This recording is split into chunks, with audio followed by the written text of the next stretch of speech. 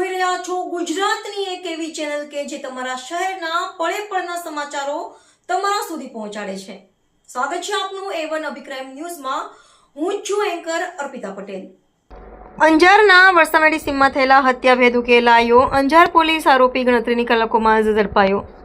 અંજાર તાલુકાના વરસામેડી સીમ વિસ્તારમાં આવેલી બાપુ કોલોનીમાં થયેલા હત્યાનો ગુનાના અંજાર પોલીસે ગણતરીની કલાકોમાં ભેદ ઉકેલી આરોપીને ઝડપી પાડી નોંધપાત્ર સફળતા મેળવી છે।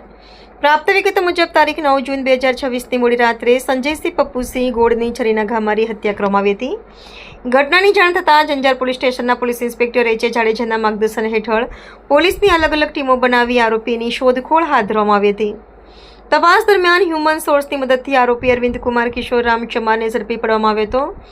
પોલીસ પૂછપરછમાં આરોપીએ કબૂલાત આપી હતી કે મૃતક સંજયસિંહે તેની મોટરસાયકલ પાસે લઘુશંકા કરતા બંને વચ્ચે બોલાચાલી થઈ હતી।